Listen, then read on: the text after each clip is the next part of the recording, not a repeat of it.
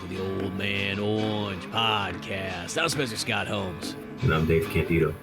And Dave pulled this one out of the old vault here. A movie that technically never seen, and Dave was really surprised that I've never seen it. That was the first thing he told me. He's like, "You never seen this before?" It's like, I would have thought you would have saw it. And I'm like, yeah, it's a George Romero movie. And you know, now I'm actually gonna say this: as much as I love, like, you know, Night of the Living Dead and Dawn of the Dead and all the other ones of that kind of nature, a lot of his other movies I actually have probably not seen. I feel like if I think about it, I've probably seen maybe only like 7 or 8 George A. Romero movies, and he's got a lot of them. Yeah, I'm not even sure what movies I've seen by him, to be honest. I only really knew him for the zombie films. I didn't know about any other stuff that he did. You know, and he literally has all kinds of other genre type stuff. They're mostly always still like horror theme, but like even things that are different. And you pulled out this one, Monkey Shines. And when I look at the movie poster or even the old VHS, it's like, okay, I have ran across this cover before. I know I've seen it. It literally has like a toy monkey that's like clapping the cymbals and everything like that. And it's all like crazy eyed and big old teeth and everything like that. And in a different version too, he's holding like the straight razor and everything like that. And it's all bloody. Yeah. So the weird thing is this movie poster is very, very misleading on this film. Oh, for sure. 100%. It makes you feel like you're going in for like, oh, here's going to be this ridiculous horror movie. And no, it's actually more like kind of a hard drama that just happens to have sort of a dark, turn of events, I guess. So I'm not going to lie. I don't know what made me think of Monkey Shines the other day when we were like, oh, what are we going to do next? I don't know. I don't remember what made me think about it. Well, actually, we weren't talking. I think I was at work, and I just was like, whatever I was doing, I thought of Monkey Shines, and that's when I texted him, like, have you seen Monkey Shines? You're like, no. I'm like, what? And because truthfully, I hadn't seen it either. I only remembered it, like somehow in the back of my mind, it must have popped up. But I remember when I was a kid, my mother and I think one of my cousins were talking about Monkey Shines and like how scary of a film it was and this and that. And I always thought, like, as a kid, I'm thinking monkey and scary, and I'm like, that doesn't connect. The only scary monkey thing I'd ever seen was Congo. But I mean, other than that, I'm like, also, you know, I'm not sure if like the original King Kong was supposed to be a horror movie or not. It scared to some people back in the day. I know that for sure. I guess so. It's hilarious to think about, but I always just looked at it like an action movie, kind of like Godzilla. Yeah. Like, because Godzilla's supposed to be scary too, if you think about it. Like, if you were supposed to be watching that in 1954, that original Japanese boy, you're probably losing your mind. Yeah, when he's the bad guy and everything like that, and then it does it like a decade later. That next thing you know, he's the good guy, and it's almost like comic book like, and so on. But yeah, I'm thinking Monkey Shines, right? And another thing that, like you said, when I looked up the film and I see that picture with that little toy monkey, I'm thinking like this is gonna be like Brain Dead, or otherwise known as Dead Alive. You know, like by Tolkien, or not Tolkien. George R. R. Martin. No, not George R. R. Martin. Sorry. Peter Jackson. Peter Jackson. Yeah, for some reason, the second you started saying other names, it just threw me off course too. But like, I'm thinking like, oh, this is gonna be like Dead Alive, and just something real cheesy and crappy, but like ridiculous enough to be entertaining. But like you said, it's not that at all. It's very. You don't really even see the monkey doing a whole lot. You know, it's just like. Well, we'll get into that, but no, I thought it was a fantastic film. Other than, you know, there being a few silly elements or whatever, like I think overall, like it was just a serious, but not slow. It had an appropriate pace. Just a good movie. I don't know. Yeah, no, I thought the same thing too. I was actually pretty darn impressed with it. It was something quite different than anything I've ever seen before, and it's put together really well. And one of the interesting things is this movie starts off and there's this dude, and he's supposed to be like, he's like in college. He looks like he's like 30 years old. But he's an athlete. He's got the girl there. He's like, hey babe, gotta go take a jog. Don't worry about it. He fucking goes outside. He's stretching naked too, out of all things. He's just out there doing these like super stretches, ass cheeks, just like, yeah, look at me go. Which I've learned from 80s movies. When you do yoga, you do it naked. You don't wear clothes. It's just like Van Damme, dude, in Bloodsport. Yeah, exactly. There's no reason for clothes when you're stretching, you know. So he's stretching and everything like that. He fucking gets this backpack and he throws bricks in there like a fucking animal, and loads this backpack up, puts on the weighted bracelets, the weighted like ankle straps, and he's out for a jog. And he's going hardcore on it and everything like that. And I'm sitting there watching the movie. I'm thinking like, you know what? I haven't gone for a jog for a long time. That's a great idea right there. I need to do that. I'm gonna do that the next day. And so I'm watching this all inspired, like in this like Rocky like montage training. And as he's running, he's waving to people and everything like that. Hey, what's up? Going on? You know, going strong and everything like that. I think it might. I can't remember if it shows this yet or later, but it shows pictures of him like he's got some like awards. He's run some marathons, you know, and all this kind of stuff. And then there's this fucking dog that jumps out at him, and it just goes like, "Row, row, row, row, row," and it scares him, and he jumps back and he goes right into like a semi truck or something like that. Yeah. It's just. It shows it kind of quick, but then he just gets smacked and goes flying. And when he wakes up, he's in the hospital, and guess what? He's a quadriplegic now. He's like fucking Christopher Reeve, Superman. He's taken out pretty much, and the only thing he's got left is his head to move, you know. And at which point I go, I didn't know this movie was a comedy. You know? yeah, you're like, oh yeah, here we go. But you know, and there's also that one too. I'm like, yeah, I'm still gonna go for that jog tomorrow. Yeah. That's not inspiring me, you know. But yeah, it's like one of those ones that it's like I feel like it's a good choice for a character, you know, because like who's a guy who pretty much if he lost you know the ability of like all his limbs and the rest of his body in a sense. Like, who would that suck for almost the most? A guy who's a runner, who pretty much his whole life is like, yeah, being on your feet and everything like that? Oh, yeah. Yeah, no, it's pretty rough. And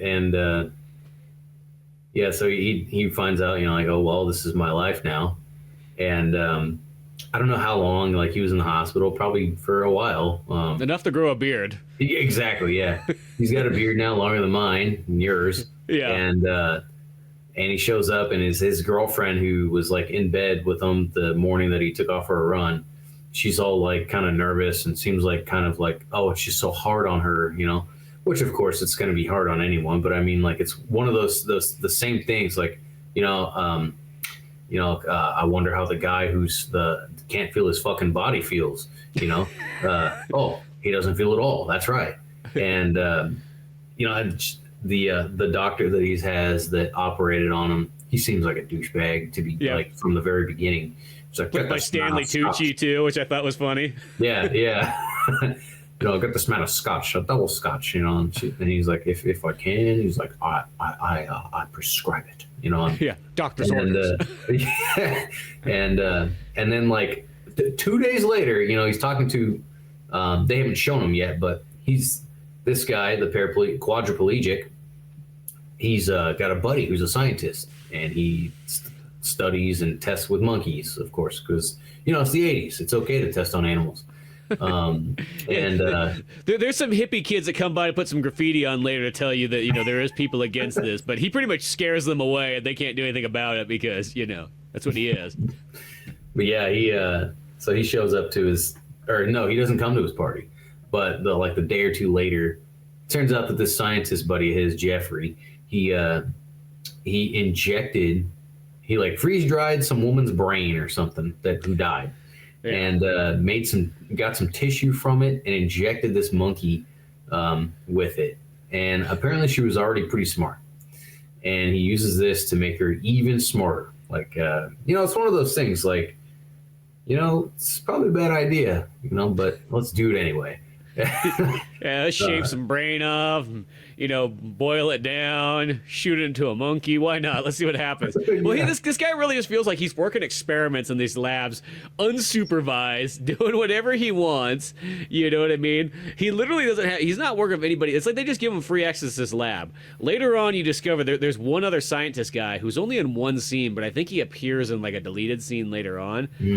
There's the other scientist who breaks into his lab at one point. He's like, "Damn it!" Like whatever. I can't remember what his dude's name was. But it's his boss. Is that his boss? I thought. Yeah. So they show him twice. They show him the first time they show him, he goes in there to talk to him or whatever about who knows what, and he starts, you know, bitching at him like, "Oh, you know, you're not producing results. You've had so much time, you know." He's like, oh well, just give me more time or whatever it is. He's like, I'm on to something, whatever, and he just kind of blows him off. And then he comes back into his lab later on, not his lab, another like section of lab, because he does go into his lab. His boss goes into his lab. He calls him and the main character and the monkey are like testing the monkey's intelligence, and he has him call his office. Has him call the scientist's office, and she won't do it because he's in the room with them, and she knows like, oh, I'm not gonna call him. He's standing right here. So then the guy's like, the quadriplegic's like, go outside, go outside. So he goes outside. She's like, go ahead and call him. So she calls, and then he comes back inside, and he's like, wow. But then he finds out that his boss is in his lab because he answers the phone. He's like, that son of a bitch. That's right. But yeah. And that boss is played by Stephen Root, which one, he's Bill Dauterive in King of the Hill, and then he's also in Office Space. He's Milton with the staple. That's right. Yeah. So I didn't recognize him as Milton. It's funny. It's like I just watched, like, in literally like a week, I've watched 2 movies in a row that have him in it, because he's also in RoboCop 3. Oh. That's funny. So, but yeah, I thought that was cool that he was in there and so on like that. The same thing with Stanley Tucci, which really I also say he actually has a really other douchebag part, like right off the bat, because when they're doing the surgery on our main character Alan's back or whatnot at the very beginning, when he walks in the room, he's like, good, is the patient asleep already? Cool. No, now we can talk shit about him. So you're like, should I really be trusting this guy now? Like, you know what I mean? Like, such an asshole. What was it? But yeah, so he like the day, like, I don't know, like a few days later, maybe the next day, he's he's just laying in his bed doing nothing but moving his head around because that's all he can move. And the scientist buddy Jeffrey comes by. He's talking to him, hey pal, and he just looks at him. He's like, whatever his girlfriend's name is, she's like, she's gonna break up with me. He's like, no, why do you say that? He's like, I just know it. And of course, she breaks up with him to be with his doctor. And I'm like, dang. And a few days go by, I guess, and he's just super depressed because he's got his little wheelchair set up where he operates it with his mouth. Yeah, I think it goes like that, and he moves his wheelchair around. And then he's also got like voice activated stuff around his house. He yells out numbers, and they do things like draw the shades, open the doors, stuff like that. And he gets super pissed off, and of course he does. He's a quadriplegic former athlete, so he tries to kill himself. And he tries to suffocate himself with like a bag. And I'm impressed, honestly. Yeah. I think it's like one of those like coat bags too. I think he just like wheels his way over there and puts his head in it and tries to do it. And I can't remember. Is it his mom that finds him there? No, it's a scientist buddy. Oh, it's a scientist buddy. That's right. Yeah. So he takes him to the hospital, and he sees his girlfriend show up, and he's like, oh, like something like, glad you're here. What are you? No, she sees him. She's like, what are you doing here? And he's like, you mean you didn't know? And the Stanley Tucci's like, she's here to pick me up, and she's not even sad. She's not even like, oh my god, I had no idea. Well, I gotta go see. I should go see him. She's just like, yeah, I'm out of here. Yeah, she's like, see ya. Yeah, man, no emotion. Yeah, super cold and so on like that. It's one of those ones, like, once again, like, because this movie actually does a good job of like showing the main character Alan of like how he has to kind of deal with this and how it kind of everything about it kind of sucks in a sense. You know what I mean? Like, he can't do all the things he used to do, and even though he's gonna keep trying, it's like it's difficult because there's even that part where like he's like, well, I'm gonna go back to school, I'm gonna get a law degree and everything like that. I'll be like a fucking Daredevil and or a Matt Murdock and everything. He was blind. Yeah. I'm paraplegic. This can work. And he's using like he's got like that straw thing to like flip the pages or whatnot, and he drops it, and it's just like that. Fuck. No, I can't flip pages anymore. Like, And he's got for 1988. He's got like the house of the future. Like his mother spared no expense on getting him all the bells and whistles. Like he's got voice command, lights, windows, doors, all this kind of stuff. Except for he doesn't have a voice command page turner. Yeah, I didn't even think about that. He's got all these other things too. Like he can do all this stuff, and then it's like even there's a couple people sort of taking care of him during this too. Yeah, Of he's got course, a live-in nurse who is kind of a, even prior to the arrival of the monkey, is kind of like a bitch. yeah, she's not. She's not god awful. And that's the interesting thing about a lot of these characters in here is a lot of the characters that like, they might have some like kind of like bad qualities, but they're not god awful. Like you kind of get like where they're kind of coming from and so on. Yeah, yeah. It's like this living nurse. She's trying her best, but everybody's kind of giving her shit because even Alan too, he's not the nicest guy. I mean, I get it, like, it's stressful being able to not move, but like for all these people that are just trying to help him, he does chew him out like all the time too. So bitches about, well, I don't know why she brings a bird. I can't, that's like something like nowadays, there is no way that would fucking fly. Like, yeah, you're gonna bring a bird into some dude's house as you're taking care of him, and the bird's flying around like a maniac and so on. He can't do anything about it because he's a quad, Yeah, lands on his face and just starts like scratching at him and so on. Like, she's like, don't worry, that's Bogey. I'm a big Humphrey Bogart fan. Look he looks just like him. But yeah, that was the thing. Like, this the disregard about that. Like, she's like, I don't want that bird flying around in here. Oh, whatever, But shit on my face. And then she, there's something else she does that he's like, this fucking bitch. But no, not long after that, after him getting back home from the hospital after trying to kill himself, is when Jeffrey, with the help of some other like monkey trainer or something, female woman who becomes his love interest, his new love interest. They bring the monkey Ella, and they're like, look how smart she is. She's going to help you out. And Jeffrey the scientist doesn't say anything about injecting it with human brain tissue. He's just like, yeah, she's super cool. She's going to help you out, and like immediately, like they hit it off as like he loves it, his little pet that helps him out. She puts on music for him. She goes, she feeds him. She does everything. She cleans. She's like cleaning the get the little vacuum. Yeah. It was like so adorable. Like pushing around the little push vacuum. It's like, why even have a robot vacuum when you could have the monkey vacuum? Yeah, exactly. I don't want the Roomba. I want the monkey bot. I want the. if some door-to-door salesman comes by, she can like fling poo at him. And it's going swell between him and the monkey. It's just awesome. They connect real good. But then like the monkey, I think the monkey really doesn't like Melanie, the nurse, and she hates the monkey. And she's like always bitching about like, oh, that monkey just shits everywhere, and then he starts to notice that there's little things that's going on, and he's like, what the heck, like window left open, whatever. He starts dreaming, having visions about like running through bushes and shit, and it's like this mental connection that he has apparently with the monkey. Mm-hmm. And something happens. I don't remember exactly what, but he goes to the doctor, another doctor, spine whatever, to talk about his. Do you remember why he went back? I think it was because he thought he saw his hand move or something like that. Or? Yeah, because he thought he moved his hand for a brief like moment, So he goes to like there's another spine doctor, not Stanley Tucci, this other dude with like a mustache and whatnot, and he's like, hey, I think I can move and everything like that, and I know he goes there like a couple times. I know the first time the guy's like, well, yeah, well, you probably just kind of imagined it or something like that, or something like that.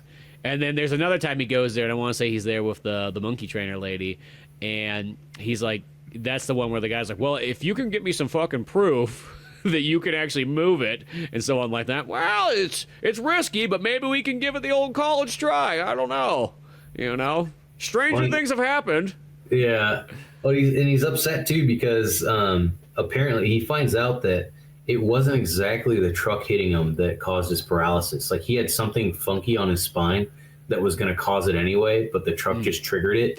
And somehow, like for whatever reason, the doctor that's banging his girlfriend, like just was kind of a crappy doctor and didn't see it or didn't do anything about it and whatever, like didn't give him the real fix.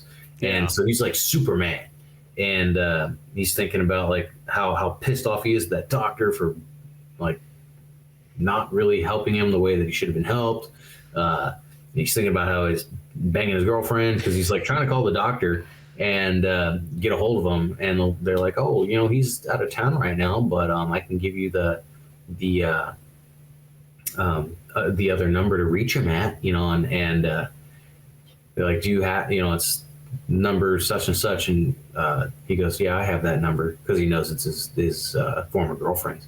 Yep. So he's just like super pissed, he's fuming, and then all of a sudden he starts having these visions again, these nightmares, and of these little like running through bushes and all this and that. And it turns out it's really kind of cool scenes where like the camera's just like going through the bushes and it's like climbing over fences, and you just hear like monkey sounds, which I learned that the monkey sounds are provided also by Frank Welker, who's the dude who does Scooby-Doo's voice. That was pretty interesting. Wow, Yeah. it's a star-studded cast. Yeah. There's all sorts of great people in there and so on. And some of the monkey stuff's actually created by Tom Savini too. He does some of the special They effects. should have had on the cover of the movie. They should have had like a picture of Scooby Doo with like the little comic book looking, like featuring Scooby Doo. Yeah, exactly. Well, a lot of times in any movie, if there's any kind of animal voices, this dude from like the 70s on is pretty much has a 95% chance he provided it. It's really weird. Well, it's like the guy who voiced Tigger and some other. I say some other, but it was like 90 other voices. Tigger from Winnie the Pooh. Yeah. He did like 90 different voices. It's like I can do some voices here and there. Like I enjoy like imitating and trying to sound like characters and this and that and other people, different dialects and stuff. Some people are like, oh, it's racist. It's like, well, it says you. There's nothing racist about it. It's called acting. Exactly. And Playing somebody you are not. one or two different people had told me one time, like, oh, you should try to be a voice actor. And I'm like, you have no idea how, like, you pretty much got to know somebody who knows somebody. Like, you can do all the voices in the world, and unless you're doing it right in front of, like, the most important man or woman in Hollywood, it's like, nobody cares. They already have, you know, like, one or two guys that are providing, like, 90% of voices on TV and film, whatever. But, yeah, it's is what it is. But, yeah, no, so the turns out that Ella, the monkey, finds where pretty impressive how Ella finds where the doctor and the whore is, and just goes and fucking smokes him, just kills him and burns her house down or burns something down. They're at like an old log cabin thing or whatnot. Yeah. So the fucking monkey lights it on fire and burns the place down and whatnot. It's just impressive. Like, how far away is that cabin? That's all I was thinking the whole time, too. It's like, monkey hitch a ride there, something like that, you know? Pulled out, you know, some maps and everything like that. Fucking look at the stars. Yeah. Yeah, this monkey's supposed to be super smart, you know? I mean, like, she had a little monkey motorcycle that it drove on there.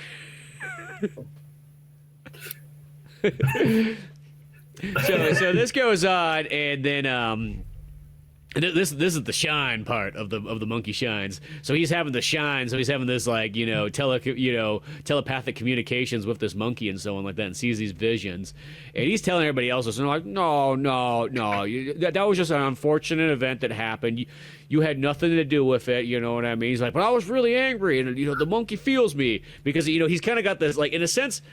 The monkey pretty much is in love with the man in a way, and that's why the monkey's like shit.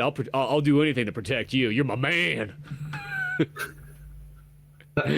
You know, and there's one other character we kind of forgot to mention that kind of is pretty big deal at this point too. Is the mom? The mom kind of like comes back in to Alan's life. And she apparently had this big business or something like this and whatnot, kind of far away. And at first she's there at like the beginning when he has like his like whatever celebration of return, when he gets out of the hospital and whatnot and stuff. And then she's like, oh, I got to go back home. But, you got your live-in nurse. He'll be okay.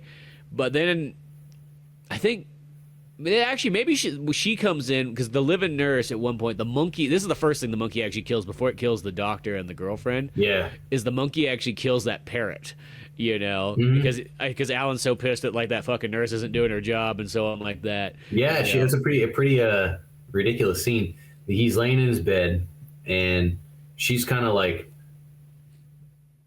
he's been rude to her a little bit, and she's been rude to him, and so there's kind of a point of contention there. And then he's laying in bed, and she pulls up the little bar on the side, and then doesn't pull up the other one for whatever reason, and she leaves. And then her bird comes in there, like flies in there and just lands on his face. It's just fucking with his face. And he's like, "Ow, Melody!" And she comes in there and she's like, "Oh," and like swats the bird away. And then like disciplines him. Like, what the hell did he do this time? And then he goes like kind of starts leaning and falling out of the bed. She grabs him by the shirt. His shirt rips. She grabs him like his body, pulls him back up, and then goes to the other side of the bed and pulls out that bar like, "Now quit screwing off," you know, like.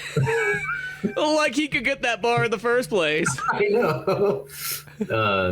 She said something like, you know, like, "God help me," like. Yeah, she throws some religious stuff out every once in a while, but like, "Oh, only God is gonna be able to help you." Blah, blah, blah, blah, blah, blah. You know. Yeah. You know. But then she so she leaves the room, and then after that, like Ella's just like, and then decides to walk out of there and go. She must have like broke that bird's neck or whatever, but then she puts it in the lady's shoe. Yeah, so like she's like, "Wow, bogey!" It's like she's that monkey was like in the mafia at one point. yeah, it's like what it makes me wonder like what the brain Not enough was just like, to kill the bird. She wanted to send a message, you know.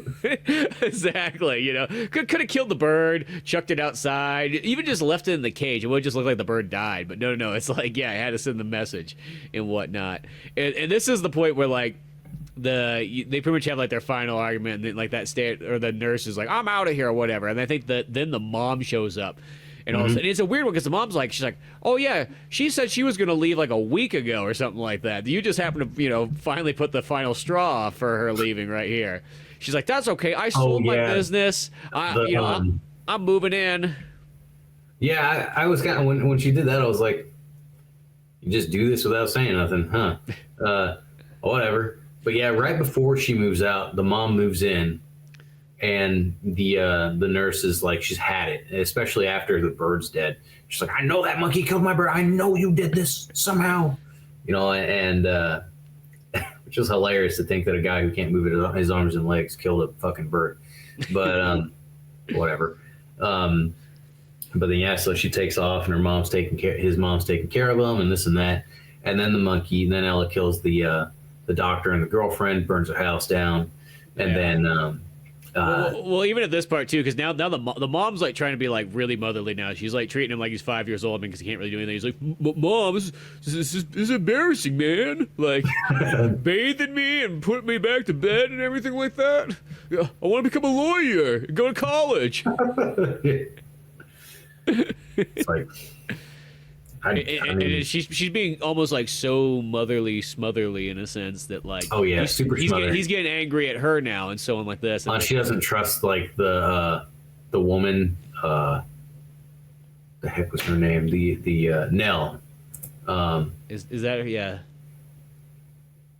Well, is Melanie the? No, I think wait. No. Melanie's the. Melanie's the one that he monkey trainer falls in love with. Yeah, I think. The nurse. Mary Ann's the nurse. Mary Ann's the nurse. That's the one. That's right. So yeah. So, yeah, because then there's Melanie. So there's all these people kind of like taking care of Alan, but none of these people seem to really get along with each other. So it just makes this like, so here's this guy who can't do anything, but look at him. He just wants to study all day long, and everybody's bickering with each other, which is making him angry, which is making the monkey want to kill. But yeah, so yeah, his mom doesn't like Melanie. The monkey doesn't like Melanie. The monkey doesn't like his mom. The monkey doesn't like anybody except for him. Yeah. And for some reason, kind of gets along with Jeffrey because she knows that's the one making him smarter, even if she don't like the stings. And yeah. So after he like starts connecting dots, and I'm sure he thinks it's crazy, but he's like, man, this monkey, like, I keep getting mad. He starts, he's having these outbursts, yelling at people, and he's like, it's the monkey, and she just gets in my head, and it's just kind of hilarious, but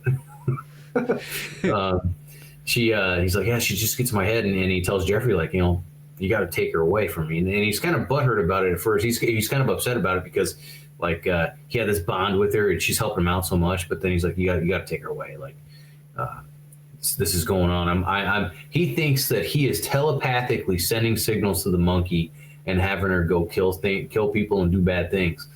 So he takes her back to the lab, and the monkey. By the way, it needs to be noted that Jeffrey, he is a mad scientist. He's been taking the stuff that he calls carnate. He's pretty much shooting up just so he can stay awake. Yeah, he doesn't sleep anymore. He's like, here's the thing. He's like, every 3 days I get an extra 24 hours that nobody else has and whatnot like that. Yeah, I might die at 54, but it'll be like I lived to 67. It's like, but then he's all kooky himself, and he's trying to do the same experiments with these other monkeys, but they're just not as smart. Yeah. And Ella goes to his fridge where he has the brain matter juice, and just opens it up, gets a ball out, and she gives it to him, and she's like, she's tying off with a little rubber band. He's like, I need a junkie, but and sure enough, like, she wants it, so he gives it to her, and she's not even upset about the needle. She's like, yeah, thanks. Yeah. And then, of course, she puts the Rolling Stones on while this happens and everything, and yeah. And then she, of course, finds a way to escape, and he decides to take the same juice and inject it in himself because he wants to, I guess, use the scientific method to see how right that Alan might be about the whole, like, the monkey shine. Thing. Yeah, the monkey shines. And of course, so he shoots himself up right there in the lab and whatnot like that, and just like puts on the red light and hard stares the monkey, like, to see if he's gonna be able to, like, kind of like, and in the process he's able to get a vision, and then Ella breaks free and runs out of the lab, and of course sets all the other monkeys free in the process too. Yeah. Just to cause chaos and carnage. Which I thought that was going to kill him right there, but it didn't. I thought so too. I thought that was how the dude was going to die. Is he was going to be killed by all his monkeys, and a bunch of dirty hippies outside. See, that man got what he deserved. Yeah, but no, he survived that, and but yeah, the monkey goes back to Alan's house, and gets there like right when his mom is bathing him and telling him. Oh, before that though, so Alan does spend a bunch more time with Melanie, and they're like getting along super well, and kind of, I guess, just fall in love with each other, and it's kind of strange, although I couldn't see it happening another way with a dude who can't move his body, but like he's spending the night with Melanie, and he's just like in her chest, and that's all he's got. He's just got he's literally head and neck, just kind of like, and she's just like, which is funny because she just made a provocative comment to him, like, "Oh, you just want to be around me, or is it being away from the monkey?" And he's like, a little of both, and then he shoves his head in her breast, and she's like, "Oh," but then she's like, "All right," and starts unbuttoning her. Yeah, she's like, she's like, yeah, I train monkeys at a farm for a living. This isn't that weird, I guess. You're a lot better than a monkey, I'll tell you that. Yeah. But they're screwing. It's kind of weird. I don't know how I feel about a woman using a disabled man's hoist to screw him. Yeah, but I feel like it's the only way too. It's just like weird. It's like, yeah, she's like, you know what? I've been hanging out with a lot of like monkeys, anyways. I can make this. I can make this thing work. It's a pull-up bar practically. Let me just throw my vagina in your face. Oh man, but yeah, my wife and I were talking about it too. It's like really weird how like a paralyzed guy can be like totally paralyzed and yet they can still do it. Everybody be like medical anomaly, scientific anomaly. He should go back to like the doctor guy and be like, yeah, I was able to move something. It's the only bone in my body. Sir, that's not a bone. Oh, it was a bone last night. But yeah, so he after that he goes back home, and his mom's Back to like his mom. super pissed. Yeah, it's kind of hilarious. She's like, you were out with that woman last night. Be like, yeah, mom, I'm 25. And then so she kisses him right in front of his mom, like, yeah, fuck you, bitch. And Fuck you, Mom. it's pretty hilarious. Like, why are you upset about this? It's a grown man. Come on. And but then he goes inside and like pretty much everything we just talked about is going on. So, you know, the whole monkey mishap at the lab. She gets out. It's nighttime, and she gets to Alan's house while his mom's bathing him, criticizing him about the woman. And then, of course, like he's like, "Oh, mom, you know, I need your support on this." And you fucking bitch, you know, like. And the reason why is because Ella showed up, so he's got that telekinetic thing going on that's like messing him up. He's like, "Mom, you gotta believe me, it's the monkey." He's literally got monkey rage, like. and that's just hilarious. But you know, the monkey shows up and she's somewhere hiding out, waiting for the opportune moment. And you know, his mom's like, "You're fucking crazy. Like this monkey's not around here. You're just a lunatic." And like doesn't believe him whatsoever, and just leaves him hanging over the tub. And it's like nobody here is doing a great job of taking care of this guy. This guy could literally like die at any moment. It's like, well, that's why the monkey's killing everyone, you know? Yeah, it's like, yeah, the monkey just trying to protect him. Like the nurse is doing a bad job. She's always like 5 rooms away. You know, mom is clearly not qualified for this. Yeah. You know? And then, of course, that scene where she walks away and he's just hanging there. Juliana was like, I don't think a paralyzed guy could just sit like that in that little sling over the tub. I thought about that too. It's like one of those ones, which really, at the end of the day, yeah, you think he's like fall forward or something like that. Like, yeah, he didn't no seatbelt or anything on there. You know, you think he had that harness strap and everything. You know, which I do have to give the credit, dude, for the dude that plays him, Jason Biggie or whatever his name is. Like, that's a fucking Academy Award winning like acting right there to play this role, I think. Oh, in the playing Alan. Yeah, like, because it's like, well, when I was thinking this the whole time, I'm like, let's be honest, like, how many actors could play this that good? You know what I mean? Like, that's a tough, like, acting role to take on. It sounds easy on paper, like, I just gotta move my head then, but then it's like, oh, no, you gotta stop every little twitch and movement you do, because that's gonna break the character. Oh, man, I got bad news about that guy. Oh, yeah? What about that guy? Well, bad news depending on who you are, but I feel like it's gonna be, you know, for most people, he's a Scientologist. Well, you know, that's like 1/3 of Hollywood. Yeah, that's true. Wait, he got too much monkey shine. That's what happened. Hey, Jason, it's me. it's what the hell's his name? Freaking not the other Scientologist. Tom Cruise? No. John Travolta? Yeah. It's me, John. You gotta come out of the closet. Oh my God. You know, from South Park. That's a great one. Hey, let's check it out. Tom Cruise is packing fudge. Oh, anyway, so then he berates his mom, and was being all wishy-washy, boo-hoo anyway about, you know, everything. But he yells at her. It's because of the monkey. She doesn't believe him. She leaves him hanging. She slaps him around a couple times. Oh, yeah. I forgot about that. She slaps him in the face because she's like, I know the one place that you'll feel this. Yeah, and then so she brings him to bed, and then beats him up a little bit, and then to feel good about herself, and then she goes to take a bath herself, and that's when Ella shows up, reveals herself, and dunks the stinking hair dryer in the tub and electrocutes her to death. I know, it's like a 007, like Goldfinger. That's one killer monkey right there. That's one terrifyingly intelligent monkey.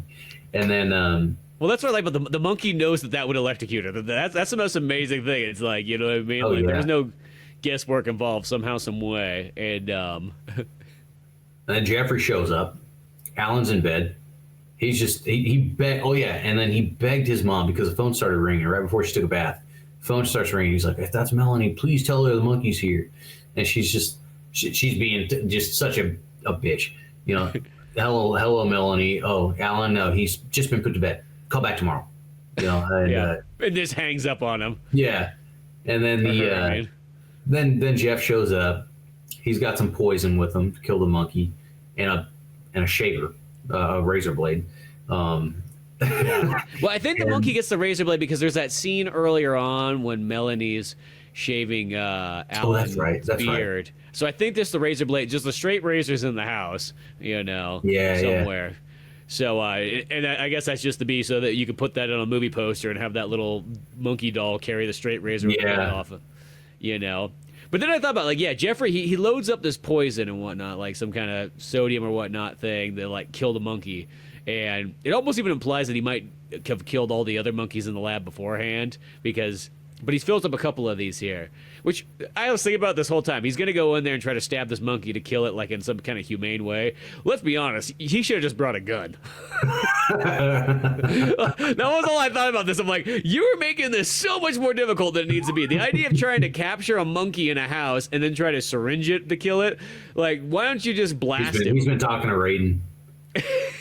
Yeah, Ray's like, I had the amulet. This is what it foretold for your future. You will be the savior of the monkey shine. He must live. No, Yeah, I kid you not, a shotgun would have solved that problem way easier. It's funny. So I was telling you about that Mortal Kombat lore video I was watching, right? Uh-huh. We were talking about that in the last podcast. So I'm still not done with it. I keep like watching like 5-10 minutes and I go do something. But I just passed the part where he's talking about Mortal Kombat 9, and the guy that's narrating, it's pretty hilarious. He's like, man, Raiden's just making all the wrong choices here. Like the whole time, exactly what we were talking about. He's like, he could have made any worse choices in this whole thing so far, and just freaking hilarious. But Oh, that's what I just love about Raiden, just like that. So yeah, Jeffrey pulls a Raiden here and just chooses the most difficult way to probably try to, like, take this monkey out. You know what I mean? I mean, literally, a baseball bat would probably be a better choice than what he's trying to do here. also, he brings 2 syringes full of poison. Yeah, you don't want to lose one and then realize you have to run back to the lab. Well, fair enough. It's just like he brought an extra clip, but yeah. So he's running around. He finds Alan in bed, and Alan's like, "The monkey's here. The monkey's here. You gotta find it, Jeffrey," and so on like that. And check on Mother for me too, And of course, Jeffrey goes upstairs, sees Mother in the bathtub, being like, "Yeah, he fucking dead. Yep, monkey did this, blew the power out." And okay, because that's the thing is when when the monkey throws that hairdryer in there, that prevents Alan from using any of his voice commands in the house too, because there's no electricity. Yeah. Yep. That's right. He shows up, the electricity's off. He goes to run the breaker, it turns off again. He does it again, and it goes off again. It's like, dude, I'm pretty sure there's a short. Sparks shooting out and everything. He goes upstairs, he finds her dead. Alan's Mom mom's was dead. still alive for a second, but those next two fucking power put the final nail in the coffin there. This thing won't turn off. Just get, It's almost like a scary movie thing. yeah, just the mom getting electrocuted over and over. And then so he finds out, that's what's going on. He takes the hairdryer out so that they can turn the electricity back on. He goes down there, and then goes into Alan's room, I think, and the monkey pops out, and there's a brawl with him and the monkey, and like for whatever reason, like he didn't have the poison. I don't know if the monkey showed up with the razor or if he grabbed it. It was like his first choice of trying to kill the monkey, but then it grabs hold of it. He grabs a razor or something, but it slices his hand open. So he goes up into the bathroom again to wash his hand. And he tells Alan too about his mom, apparently, because he doesn't really say it. They don't show him saying it. No. But he's then like, Alan's like, "Oh, I did this," and he's like, "You didn't do any of it. Like it was me. It's me." And that's when he admits that he injected Ella with the brain matter, and then Alan gets kind of pissed off at him. They have a small kind of like, "Why'd you do that?" Like, "Oh, I was really trying to help you," but then they get over it real quick, and they're both trying to find the monkey, and Jeffrey does, and it shows I think it's a little bit of foreshadowing, but it shows one of the syringes with the poison in it. And then Jeffrey has another one. So he opens it up and he's going around looking for it. And finally, Ella jumps out of somewhere, out of a closet, I think, and like starts beating with a clothes hanger. And once again, he loses the fight with Ella. He inadvertently loses the syringe he had. She stabs him in the back with it, injects that poison, and he's like, "Uh-oh." Well, then he goes to go for the other vial or the other syringe. Well, Ella, being super intelligent, runs over to it, smacks it like it's a hockey puck with the hanger away from him, and then goes and runs and picks it up and goes and runs away with it. And I think she put it back in her cage or something. Well, then of course Jeffrey, now he's surely gonna die, and he goes up to Alan. And before that, though, Melanie tried to call, and Alan goes to pick up the phone or whatever somehow, some way, but then Ella bites the phone cord in half. But then his normal phone still rings, so he goes over to it and tries to pick up the phone. Ella, with his head. Yeah, with his head. Ella nabs it, and then like starts like trying to break it, like she's banging it on the floor, which was pretty hilarious to me. Well, the other thing I thought too in that scene is when he goes, he has the phone's like hanging on the wall, and it's one of those old hard receivers and so on like that. So he's trying to bump it off with like his head there, and all I thought is even just in the acting there, I'm like, if that falls on your face, that is not gonna feel good. No, those old receivers are heavy, so it's just like I was thinking about that the whole time. I'm like, movie context, it doesn't matter, but like if in acting context, I'm like, wow, that's kind of a dangerous scene right there. You don't think about that, just getting clubbed in the eye or in the teeth or something like that. Gotta know who his stunt double is. Yeah, exactly. Maybe they used a rubber phone, make it easier on the face. Yeah. But yeah, no, so he gets the phone off, but then Ella grabs it and she's just like banging on the floor, like trying to destroy it. This monkey wants nothing to do with nobody else. It's just her and Alan, Yeah. And then she stows it in his wheelchair so he can't go very far. Jeffrey shows up, Alan, he's just all, I'm gonna die. He's like, look, just grab the phone, call the police.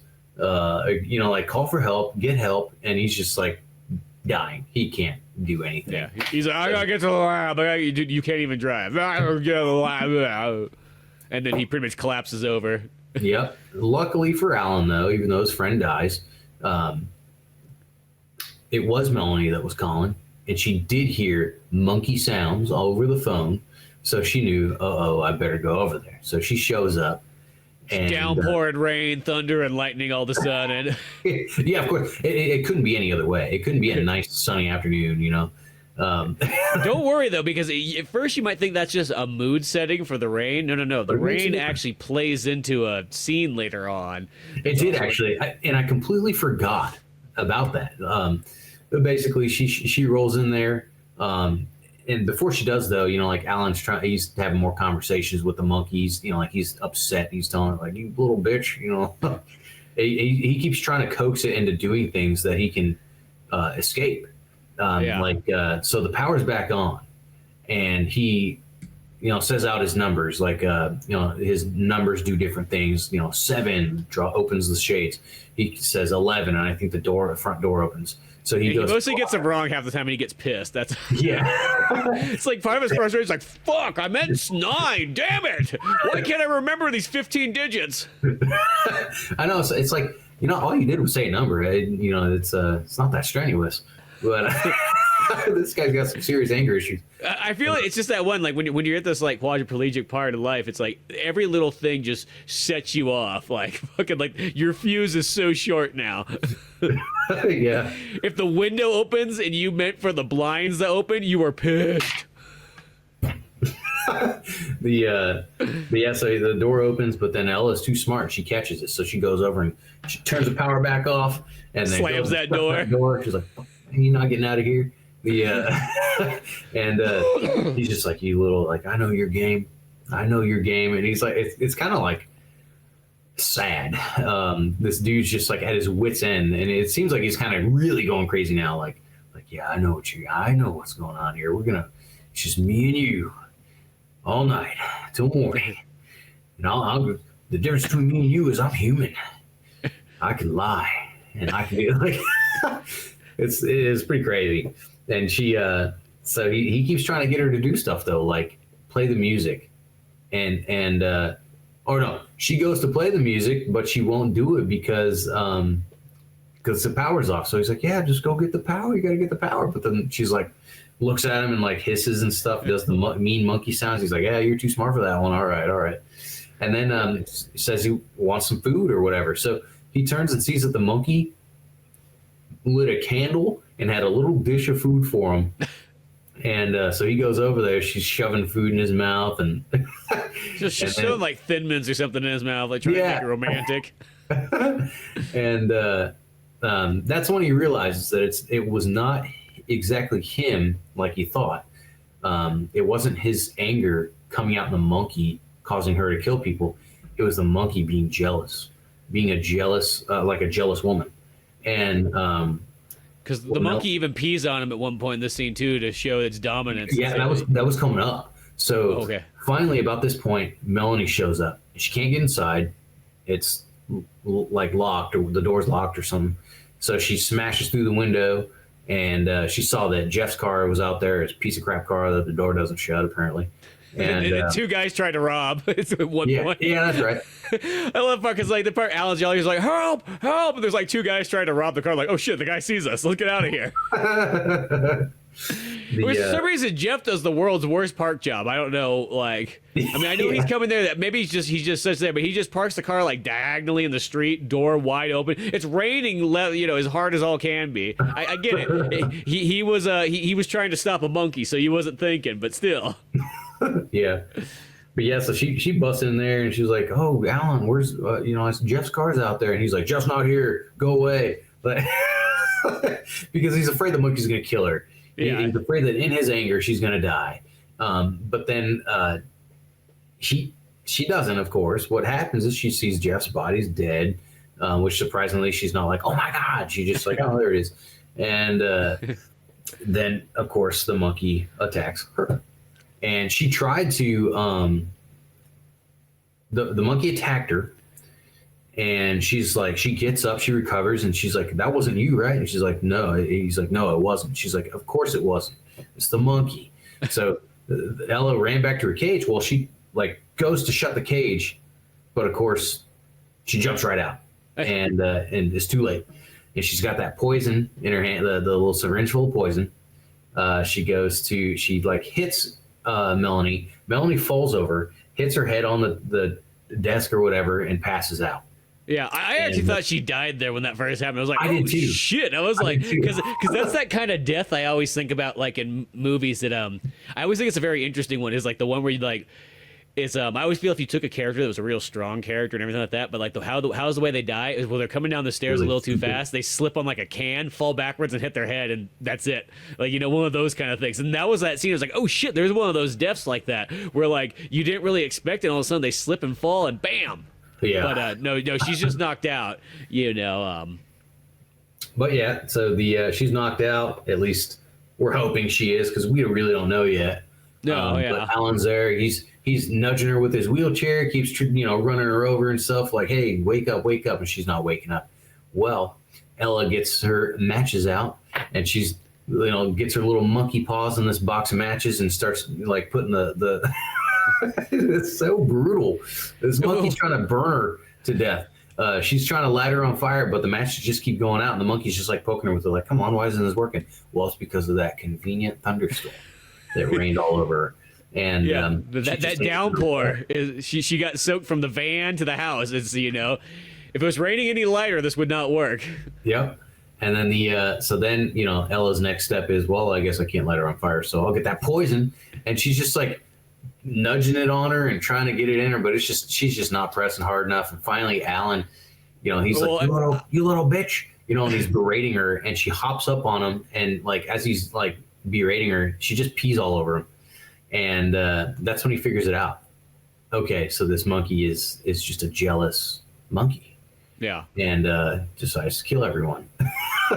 And I want to say this real quick before we go any farther. There's yeah, some of those scenes when she's trying to light Melanie on fire and everything like that, and then poking her with the syringe.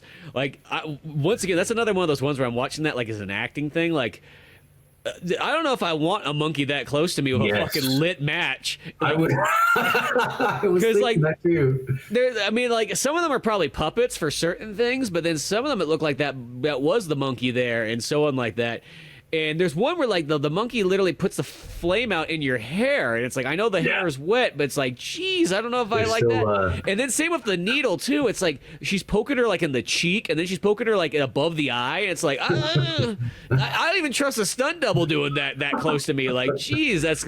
I felt like there's some scenes in here where I felt like, ooh, I'm getting almost like iffy about the poor actor involved in this. Like, I was thinking that too. I was like, oh moly. man.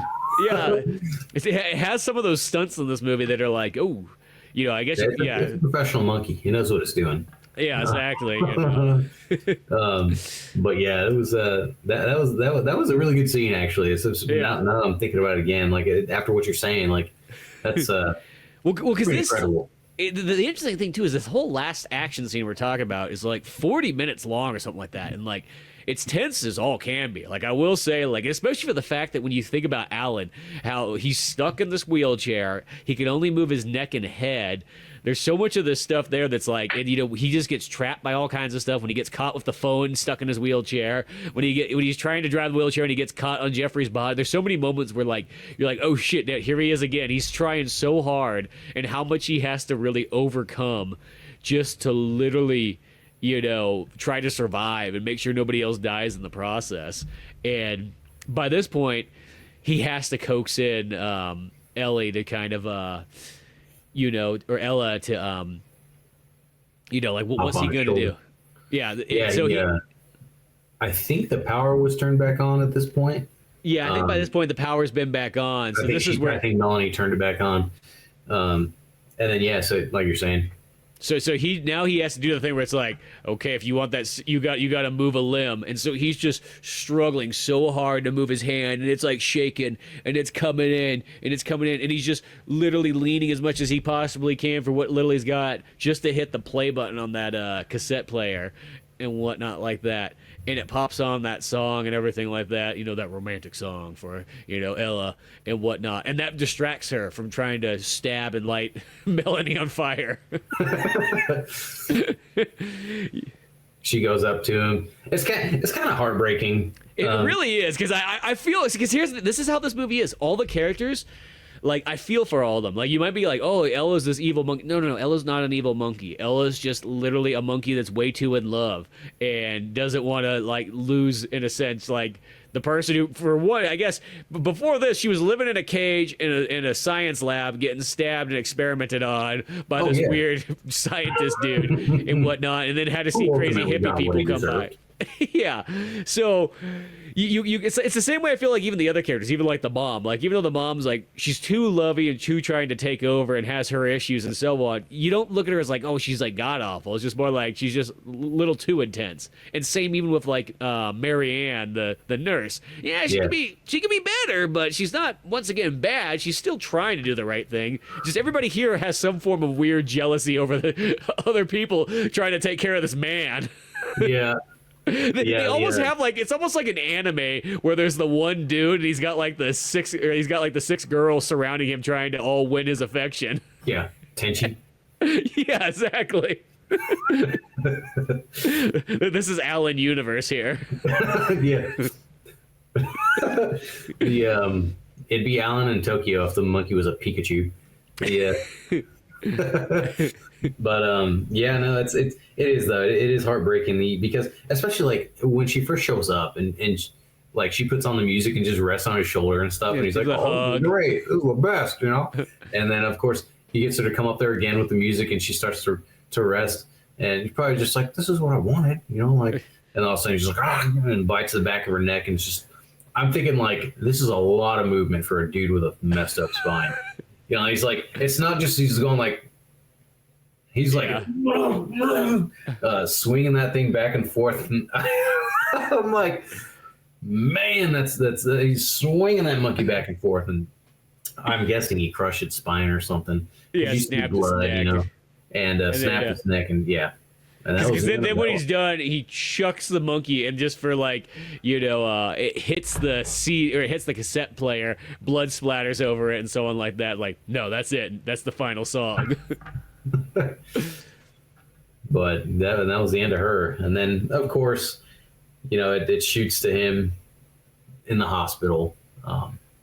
Having I don't know if there was another conversation. I think it just goes to him going under the knife.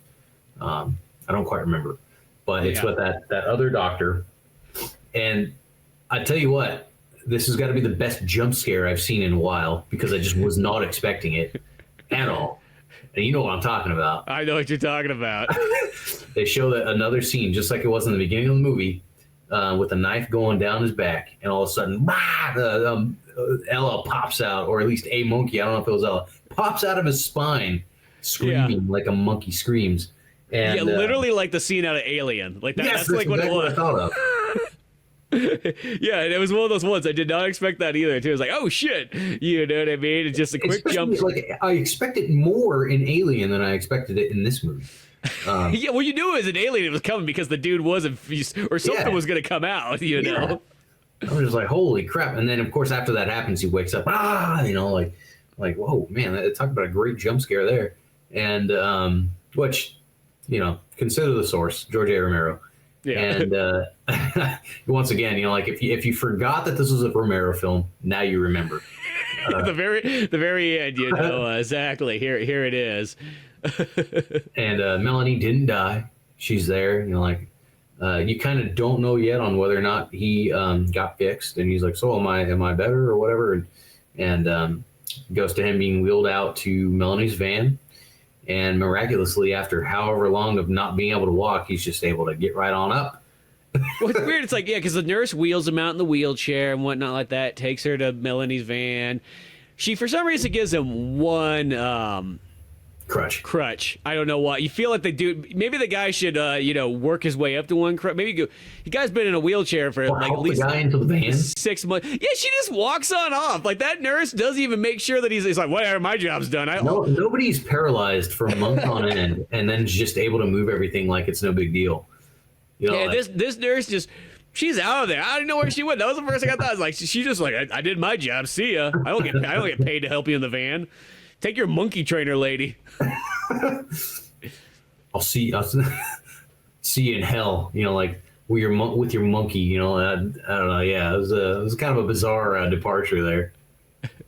Well, now I think about it too, because this movie ends with the super happy ending, and I think it actually had initially. I think George A. Romero had a darker ending. I think the surgery didn't go through, because I think that's how. Because this is based on a book, and Yeah. And in the book, I think that's how it ends, is the surgery. I think he goes to it, but it doesn't go through, and he's still a paraplegic and so on like that. I don't know if technically the Melanie character survives or whatnot. Or, because, there is a scene where he bumps into her, and she finally kind of like slightly, like you can see she kind of like comes to. She doesn't fully revive, but you know that, okay, she's not dead from that like head fall in the last battle scene. But I almost could kind of see it like, if George A. Romero kind of wanted to do it maybe the exact way, because he always likes the bleak endings anyways. It looks like there was an alternate ending. Yeah, apparently on the Blu-ray version, they actually put it in there, and I tried to look it up on YouTube, and I couldn't find it to save my life. Because lots of people upload it. It doesn't have much to do with it doesn't have much to do with Alan. It says the original ending intended for the film, blah blah blah. Prior to Dorothy and Jeffrey's deaths, Jeffrey's boss, Dean Harold Burbage, Stephen Root, steals the remaining brain tissue serum and injects it into all of Jeffrey's remaining test monkeys. After Alan regains his ability to move on his own, Burbage is assaulted by animal rights protesters who had attacked Jeffrey earlier for experimenting on monkeys. Burbage then insults them, then returns to the lab where it's discovered all the remaining monkeys have completely taken control of his mind. See, and that's kind of an interesting ending right there too, is the fact that, it's got a little bit of that twist one and so on like that. Which makes sense, because in the one that we just watched, when Jeffrey's still at his lab, right before he goes back to Alan's, he says like, it's all gone. All all of the brain juice. There's like, one little vial left, and that's when he decides that he's like, I'm gonna shoot my sights. This is not for you, Ella. This is for me. I'm gonna get the monkey shine going. But yeah, now I don't know why they didn't include that. Yeah, because that literally continues that plot point that like, because really Stephen Root's character, you could almost minus his scenes out in here, and it doesn't make a difference because it doesn't have that conclusion one, which is weird. Yeah, it really doesn't. It would make more sense to, it makes sense to either cut those out completely, along with the scene of like, oh, he took them all, or just put that scene in at the end because really, and it sounds interesting anyways, but yeah, but it also, I think the other part too is I kind of read somewhere, at least in the book, and this is how I think Romero wanted to end it though, was that the surgery doesn't go well and he's still a paraplegic and so on like that. Just one of those, like, it's a British book, so I guess it maybe has that extra bleakness to it, but I feel in this one it's like, it's super happy ending. I think it works, you know what I mean? The only other way I could kind of see it going is almost like one of those weird ones. If you want to make it really dark, is the girlfriend does die there. She hits her head and she never comes back. Yeah. He does kill the monkey, but then he's kind of still left paralyzed, but he's got nobody left because all his friends are gone. I guess he could call Mary Ann again, but she's not dead. She's the only one that survived. Her bird's dead. Oh, yeah, she's not. The lone survivor right there. You know, though I did think about it, like, does Melanie have to change her career now because are they going to be able to go and hang out with a bunch of monkeys in a barn now and be like, yeah, this will be normal, like this should work out the next time. I mean, well, those monkeys aren't shooting up human brains, so I guess that's what keeps them safe. Let's see here. In the novel, the ending is somewhat ambiguous, leaving the reader to question the fate of key characters. It says that Alan, the quadriplegic, is able to regain some resemblance of his old self with the help of Ella, the capuchin monkey, blah, blah, blah. I forget.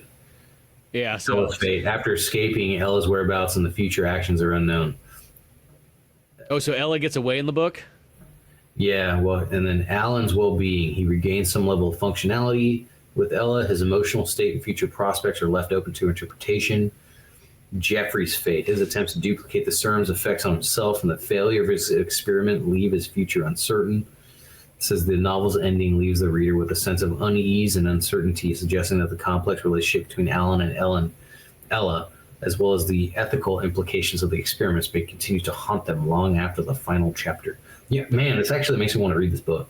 And the book does sound kind of interesting. It also reminds me of myself when I'm thinking of another way that this movie could have ended is, okay, imagine it instead, okay, so Melanie, she hits her head. She dies there. Yeah. What if it instead, like when Alan goes to try to kill Ella actually escapes there and runs out the door to never see him again. But now, literally, the police and everything have to show up and go, what the fuck happened here? There's a paraplegic guy and 3 dead bodies inside here. Like, almost that ending in itself is like like a real interesting one of them trying to figure it out. And you know, maybe he's like, the monkey did it, and you could almost be like locking him away. Maybe he's gone crazy at this point because nobody believes them that there's this monkey. Because keep in mind, there's another scene too that Jeffrey says that on paper Ella's dead.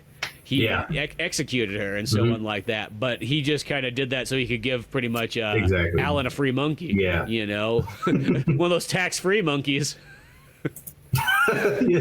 So I feel like there you could almost have some kind of other interesting ways this movie could kind of end. And like every single version works, but I almost kind of like the idea of it, like everybody showing up and going like the hell and trying to piece together what happened. And by this point, maybe Alan's so crazy that he can't like nobody believes him, so it just doesn't seem logical. Do you know who where is it? What's his name? Tom Savini? Yeah, Tom Savini.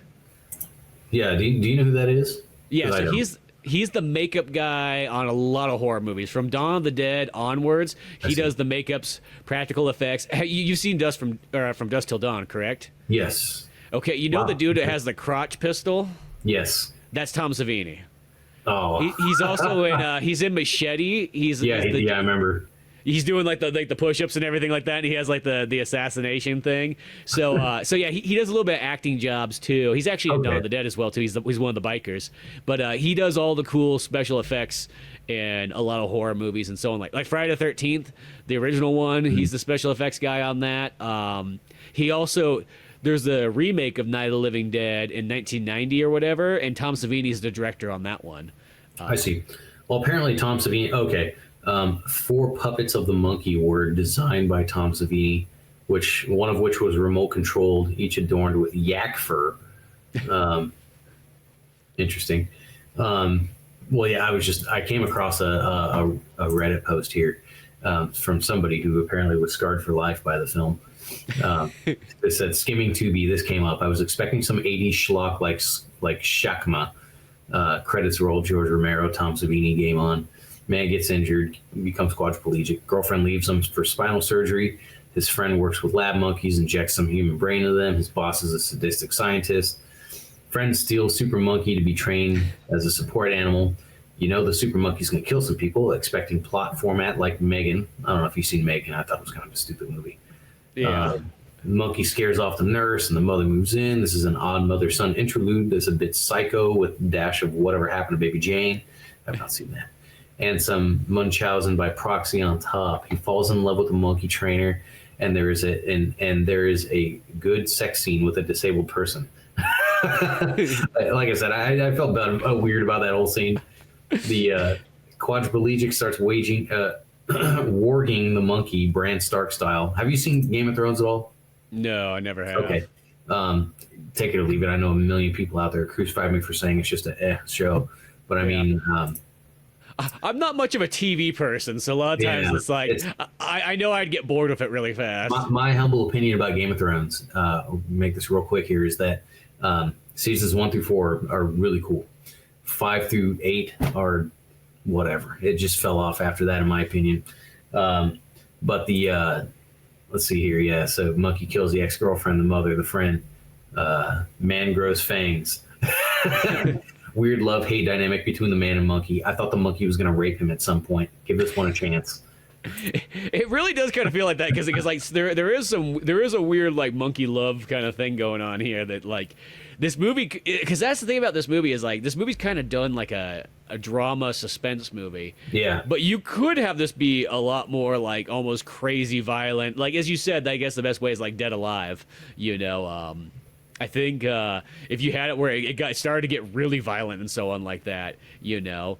And I was reading up on this anyways, because this was like, I think at the time period, the most expensive commercial movie that George A. Romero ever did, because a lot of times all his stuff was generally independent type stuff. And I think it's an Orion picture when this starts off, if I'm not mistaken.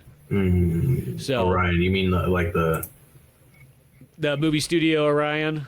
I think it's MGM. Oh no, you're right. No, it's Orion. Yeah. Because I was gonna say, whenever I see that Orion logo, I always get kind of excited. I always like movies from. I'm like, yeah, I'm always very nostalgic. I guess it takes me back. So, and I think literally he did this movie, and it did okay. Yeah. Nothing too exciting. He's like, I'm just gonna go back and do my own independent movies. See you guys. I tried the studio thing. Done.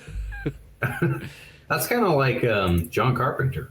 Yeah. I was reading about because my wife hadn't seen Big Trouble in Little China ever until like, I don't know, 4 or 5 months ago we decided to watch it. And I told her, I'm like, you got to watch this movie. It's a classic. It's got Kurt Russell. It's John Carpenter. It's amazing. It's one of the roots of Mortal Kombat. Anyway, so I put it on. Hilarious, of course. Great movie. And little did I know that, well, for one, I had no idea that it was John Carpenter until we watched it that time. And I also did not know, which if I didn't know it was his anyway, then I wouldn't know that it was his only Hollywood film. All the rest that he did were, I guess he did independently. He didn't get into Hollywood to make his other films. There was something like, I read some interviews with him or something, or read some commentary by him. He was saying that after making that film, he was so disillusioned with Hollywood that he just decided to never work with like a big studio ever again. Mm-hmm. Which, I mean, fair enough. I like his other movies anyway. And they are all very different from Big Trouble in Little China.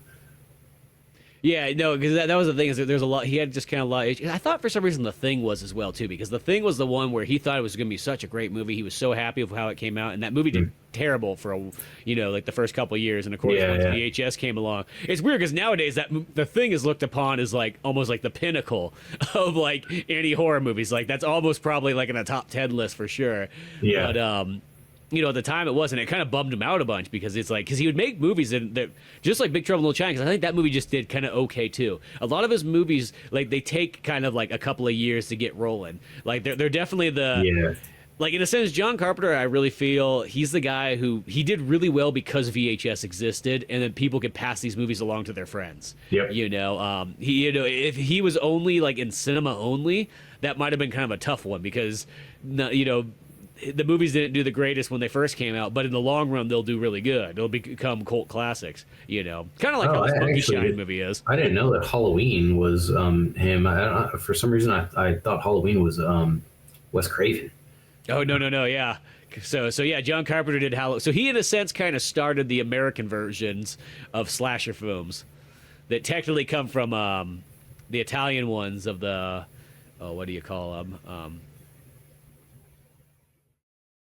I'm drawing blank, but because they sort of started in Italy, kind of like when I can't remember if we podcast on, but I know we watched it. What the hell was that one we watched? It was like a Mario Bava movie or something like that.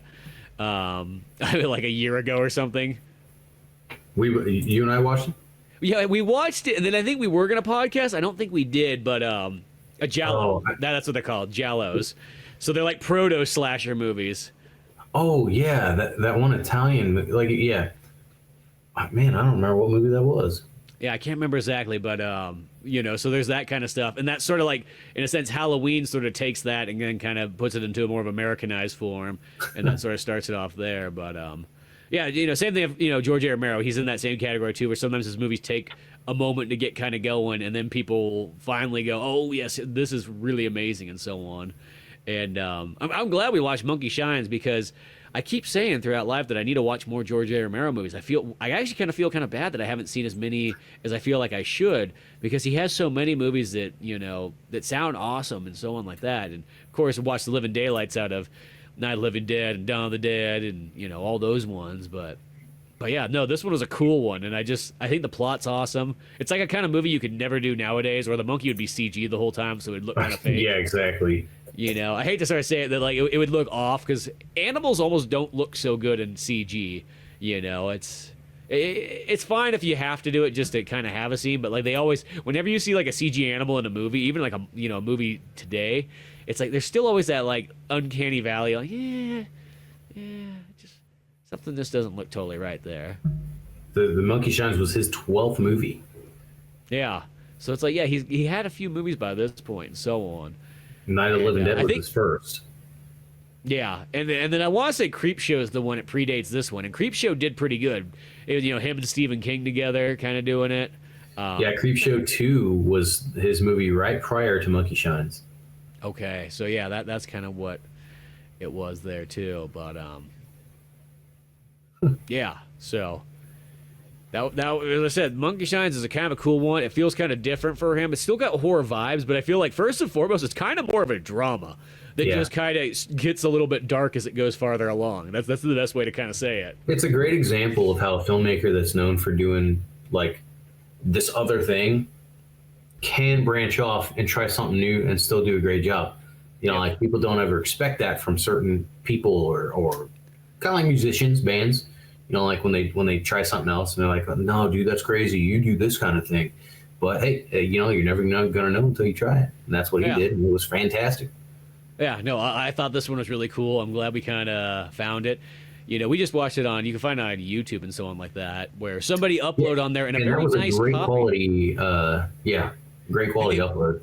The only weird thing is the person checked the box that said this is for kids, which made it like, so you can't just watch it on anything, because I was going to watch it on my Quest. I was like, oh, dude, this would be cool. I'm going to lay down and I'm going to finish this movie watching it on the big screen and like the VR. And then it was like, oh, you can't watch this because I didn't even think about that. I might have to download like some kind of movie app because I got a PSVR. I got a PSVR too. All you have to do with that one is you just go into either YouTube or with you the know, PlayStation. yeah, or Amazon Prime or Netflix or any of that Yeah, stuff, yeah. and then you watch it, and I'm assuming it's pretty much just like the Quest one, but it's like you're in the movie theater. Like, it's about that big, Yeah, that sounds awesome. I never thought about it. It's the weirdest thing too, is because everybody. I mean, I've mentioned this multiple times with VR stuff, but whenever I talk to people that had VRs back before I had one, that was always my first thing. I'm like, do you watch movies on this? And nobody ever did. And I was like, that to me sounds like the coolest feature. I mean, don't get me wrong, there's a lot of cool features of VR, but like being able just to watch movies, kind of one enclosed, so you're kind of blocking everything else around you, and then just having a really big screen. It's really cool, and like there's one on the Quest one where I can watch movies, and it pretty much just like uses either Prime or Netflix or whatever you want to use. But you're in a movie theater, and you can select your movie theater. You can have a retro movie theater, a modern day movie theater, kind of an old rundown one, a sci-fi. They got all kinds of themes. I mean, you can have it where like you're watching it just in like a fancy looking house or whatever. But it's kind of cool because it gives like a little bit of atmosphere if you want that too. But yeah, as I said, I was like, man, I went for my run just like the guy in the beginning of the movie. I didn't get hit by a truck or run into a dog, so it all worked out. And I was like, I'm gonna come home and watch some monkey shines. I'm just gonna lay down, put on the VR, and watch it there. And then it was like, because that guy checked the stupid "it's made for kids." I don't know if he thinks he's gonna get more money for this or something, because I don't know what happens when you check that on YouTube. But yeah. But other than that, though, it's a great copy. He must have just put the Blu-ray on there. That's all I thought about. Yeah, no, I'm glad we watched it. Great film for sure. But yeah, good stuff there. We'll have to try to pull out some more of those George A. Romero ones in the future, because there's some other cool ones I can think of that I've never seen but know of.